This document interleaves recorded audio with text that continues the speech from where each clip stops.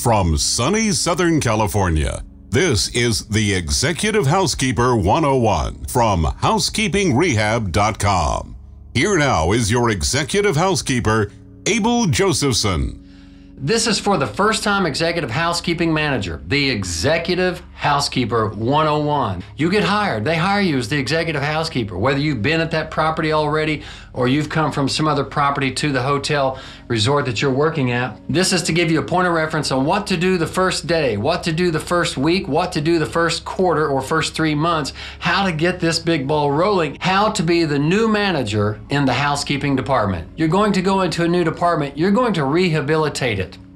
You've got a lot of old spiders in the wood pile, a lot of old skeletons in the closet. You're gonna have to get in and clean out a lot of different stuff. How you clean it out is very important. It's your first day in a new department. Here we go, baby. One thing you have to be able to do when you are an executive housekeeper is reinvent your department. You need to be a creative person and trust your creativity. You need to be an intuitive person and trust your intuition. You need to be a leader and trust your leadership. Trust yourself. Know yourself. Love yourself. Delight in how things are going to go based on your plan. And this after you've listened to everybody. You can't just run with you. You have to run as a pack with everybody. Listening important. You come into a department.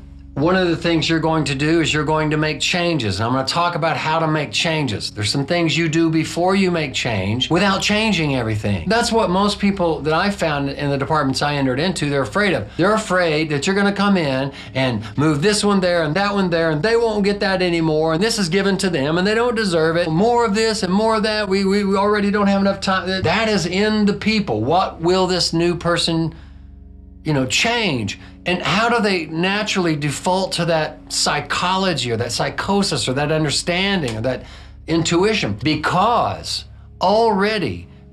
you are in the department and the manager before you is no longer in the department, change has already come.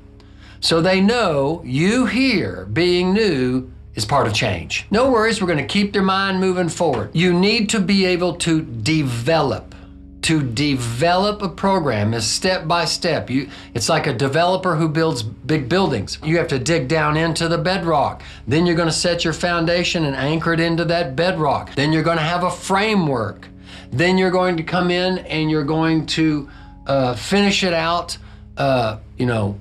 get everything all put in place and all the construction complete. Then you're going to have to decorate it. Then you're going to have to use it in a way. Then you're going to have to maintain what you use and all these things. You have to be a developer. You have to develop things. It's better to take the word change out of even your own mind and refer to your work now as I'm developing the department. When you speak in the morning meetings, don't say we're changing this and changing that. So we are developing something. Just take that word develop and use it in your language. We're going to be developing our room sections to make them more efficient. You didn't say you're going to change everything. One step at a time, making it into something that it wasn't before. You're going to develop. Start changing that language. That's a good tip. Develop, don't change. We're going to develop the schedules into a new presentation.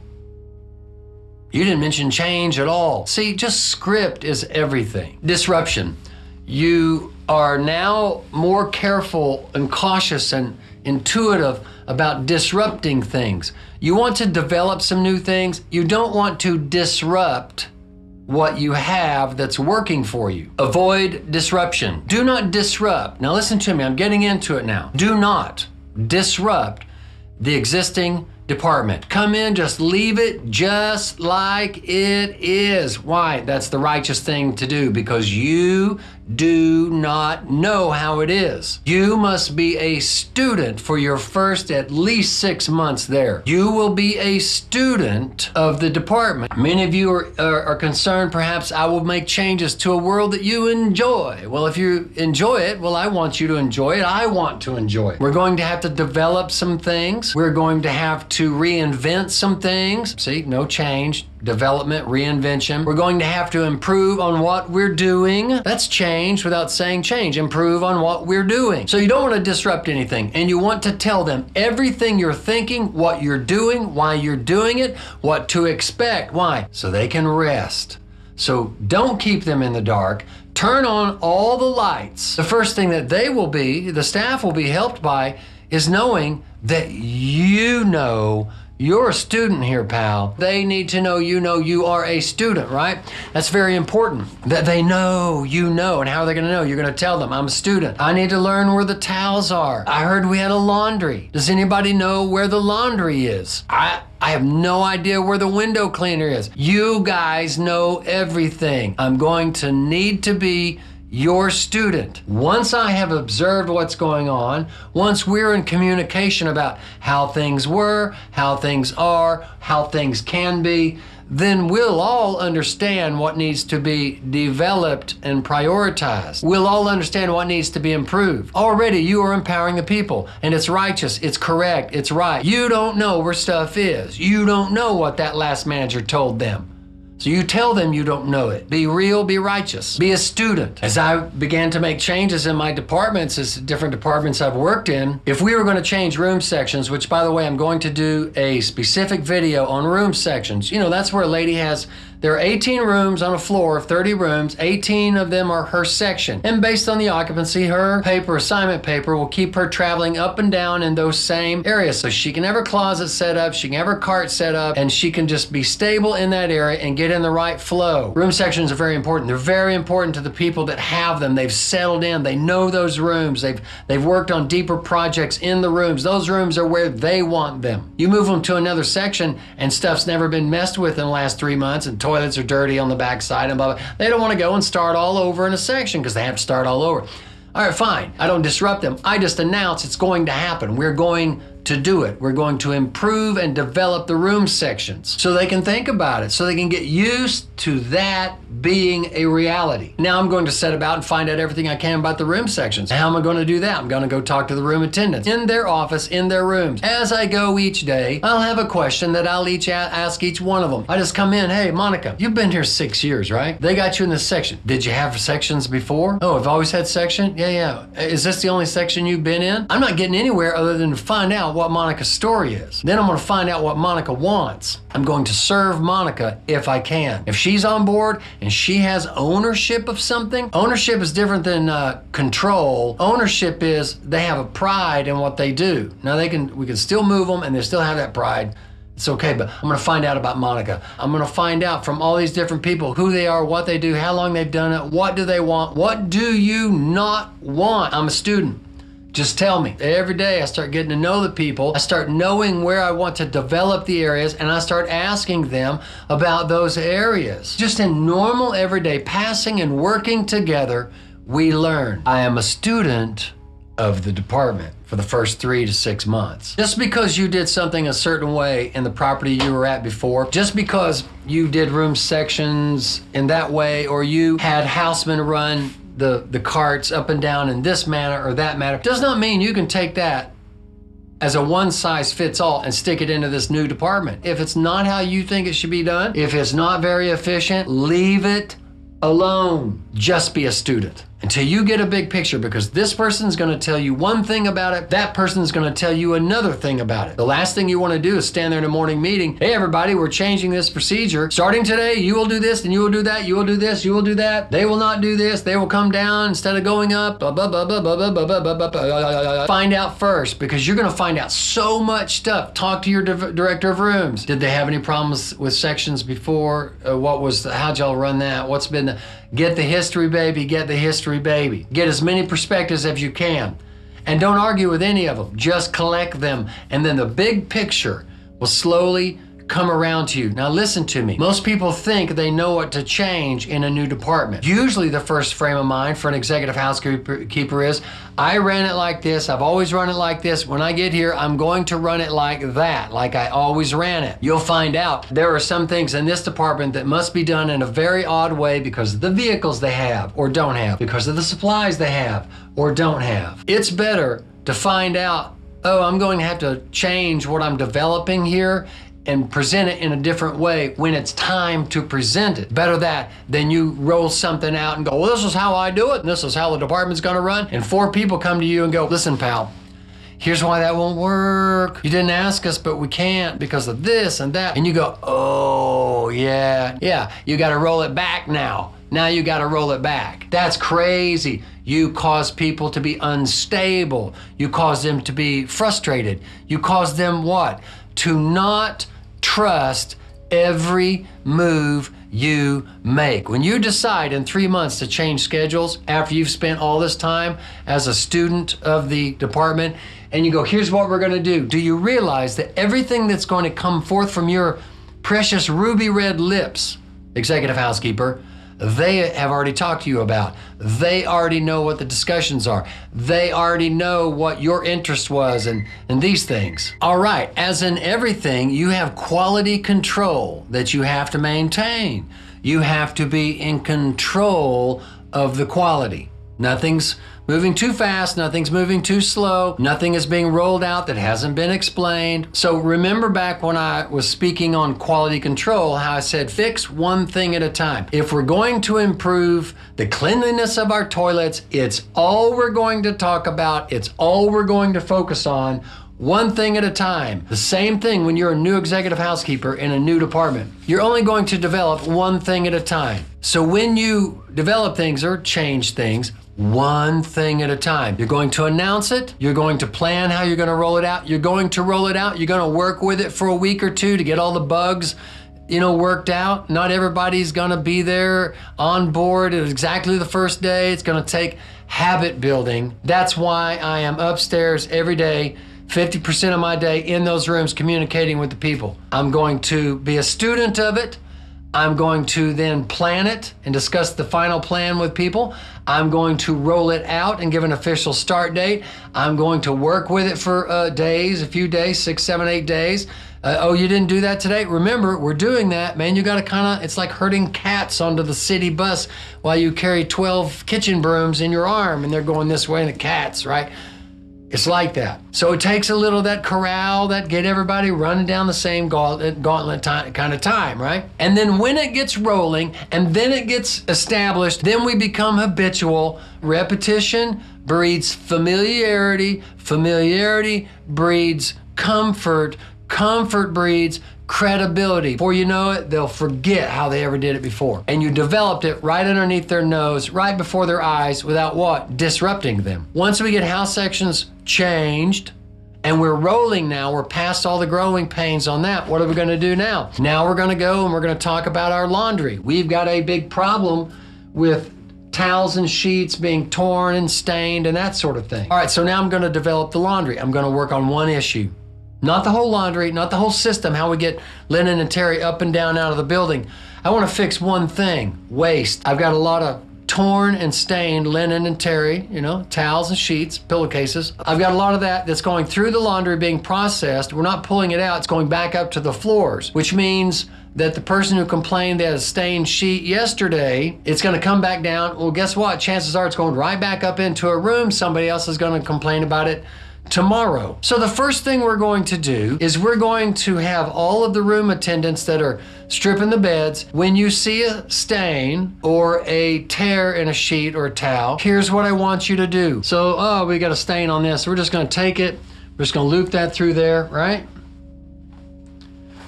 We're just gonna tie that guy in a knot, just like that. And then we're gonna, throw it right in the bin, right? So the laundry supervisor, she's pulling, or he's pulling through all the stuff, comes up, oh, that's tied in a knot. Oop, that goes over in the bin over there. And we're gonna deal with that later. We just wanna get it out of inventory right now until we can study it and assess it. To start this program, one thing, we're gonna get in the habit of constantly sending stuff down, tied in a knot. You guys tie it in a knot and then throw it back at us. That's it, one thing at a time. That's all I'm gonna do until that's a habit. Because until that's a habit and we don't even think about it, it just happens regularly, then we're ready for the next step. If it isn't simple, it isn't solved. And that's how we're going to develop that program one step at a time. And we all learn the first step. That way we only got to work at changing our procedure in one aspect. I don't know how many times I tried to change programs, tried to change the whole cycle of things. Just a collision, just a train wreck. We begin to roll things out one step at a time until that step is locked in. Then we go to the next step until we've gone through the full procedure in a given area or on a given topic. You get it. Each thing is tackled one thing at a time. That's why I say you're going to be a student 3 to 6 months, 7 months of this first year. So what I always did was, I personally, like the first week I started doing this, I go and have the morning meeting. Then I spend the first half of my day doing administrative stuff, schedules, inventory, whatever I got to do, reports for the GM or the comptroller. In the afternoons, I go to the rooms. Depending on the size of your property, after about 3 hours up there, you can hit everything you need to hit, see everything you need to see. Then I go and physically, I start cleaning the storerooms. I start going in and opening up and assessing what is in there. I start getting a vision as to where I want things to go so that my operation can be put into place. I physically go in, I go and open up every box. What's this? What are these lamps for? I don't know, they've always been in there. They're taking up shelf space. Do you have any reason that we need them? I'll go to the GM. What are these? GM says, oh, that's from a previous renovation. We don't need those. You can do with them what you want. First thing I'm going to do is I'm going to set them out at the end of the day on a table as housekeeping employees leave. Hey, free lamps. You want one? Here's the rule. If you want it, it goes with you today. I go in and I find 67 cans of bug spray. How long's this been here? I know it's been a while. They're covered in dirt, dust. Oh, Mr. Clements, he bought all the bug spray because he got a very good deal, but we never use it. Do we use it? We never use it. Do you want some? Great, take some. Take all you want. Take all 60 or just take one. I put it out on the table. Everybody leaving today, take you some bug spray for the house. And they'll say, oh, I don't know if you should throw that away. I tell them, hey, no, I'm the new bad guy. You will find that there is hoarding in departments. I don't never know why. Why do we keep 6 vacuum cleaners? They're all dusty and dirty. They do not work. Throw it away that day. You go in there and you start assessing your storage units and you get everything organized how you want it. You want your storage units lined up in the same order that they are on your inventory. So inventory takes 15 minutes and not an hour and 15 minutes. But the main thing is you are physically changing the department without changing anybody. You're just going in and organizing the storage units. You want to know everything that's in those storage units. You got me? Everything. In other words, you want your hands in all of that stuff because that is money sitting on a shelf and you're in charge of managing money. That's what management is the managing of your budget. The rest of it is supervision, leadership, guidance. I find a lot of departments are dumping grounds for the hotel. What's that mean? Dispatcher, why are you sitting on an office chair that's got a big tear right down the middle? Oh, because sales department didn't want it, so they brought it down. I would come into the department each day and there'd be a broken desk, a cut up upholstery chair. But you find a lot of executive housekeepers are what? Afraid to throw it away. Why? We don't even know, but they hoard stuff. And it's just junk. Yeah, I've gone into departments and the storage rooms just look like, they look awful. I'll go in and paint the storage rooms myself. I come in the evening, I do this the first 3 months I'm there. I paint a wall that's just for crap. I start tarting the place up the best I can. I do it. I invest my time, my body, my energy, my everything into improving everything that I can improve, change everything that I can change that doesn't necessarily affect everybody else. They see me improving their work environment and it is gold to them. They will respect you for that. Here's what they don't respect. This is crap. Y'all better get this straightened up now. We're not doing this. Why is this like this? Or today after you get back from lunch, you'll get in there and you straighten it. No, you go straighten it out. Why? So you'll know where it goes. And besides, when they see you put this there, they'll pick up with you like they did the last manager. Oh, it goes there. Why? Oh, Mr. Abel wants it there. He put it there. All right, you're going to be a student of the cleaning supplies. Go up on the floors with your room attendants, hold up a bottle. This is a bathroom cleaner. I just want to know one thing. Does it work? Does it do the job for you, or do you have to scrub? Who gave this to you? How long have we been using this? You're just being a student. Real simple, real pragmatic. Here's my favorite question. Would you take it home and use it? No. If they won't take it home and use it, that tells you more about that cleaning supply than anything. Most of them will tell you on 100% of that stuff, no, I wouldn't take it home. Why? It doesn't work. Things you do when you first move into a new department. And here's another one for you. Go to HR and you obtain the employee files for each of your employees. Get to know those files. So you want to go through each employee file. You want to find out what the work history is for each employee. It's part of what? Being a student of the department. Something I like to ask current employees when I look at their file, I'll go ask that person, you have been here for 9 years. 9 years you've been on these floors, or running houseman, or working in the laundry. My question is, why aren't you the supervisor now? Why aren't you supervising things after 9 years? Why aren't you a supervisor? Why aren't you the manager? Why am I here? You know how all this works. You can do this. They'll tell you some interesting things. A lot of times they've never had anybody reach down from the top and pull them up for development. Some of the people that might have been your problem before for the previous manager, they might be your next loyal, faithful, good-hearted, good-natured, professional supervisor, career professional. They don't know how to move up. There's an art to moving up in a hotel. Did you know that? They don't know the art of moving up. They're afraid that they're not smart enough because they didn't finish anything beyond 8th grade school. You take the underdogs if you can. I love to take the underdogs and do something with them if they're willing. You'd be surprised the flowers that you can pull out of people and just improve their life and give them esteem and take care of their dignity and give them something. There's an old Latin saying, non scholae sed vitae discimus.